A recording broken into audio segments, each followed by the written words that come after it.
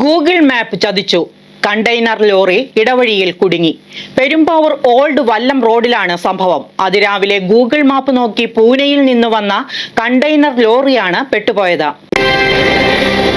Google map നോക്കി വന്ന container lorry വഴിതെറ്റി പെരുമ്പാവൂരിൽ ഇടറോഡിൽ കുടുങ്ങി. വലിയ വാഹനം തിരിക്കാനുള്ള ശ്രമത്തിനിടെ സ്വകാര്യ വ്യക്തികളുടെ മതിൽ തകർത്തു. പെരുമ്പാവൂർ ഓൾഡ് വല്ലം റോഡിലാണ് വാഹനം കുടുങ്ങിയത്. ഗൂഗിൾ മാപ്പ് നോക്കി വന്ന വണ്ടിയാണ് സംഭവം.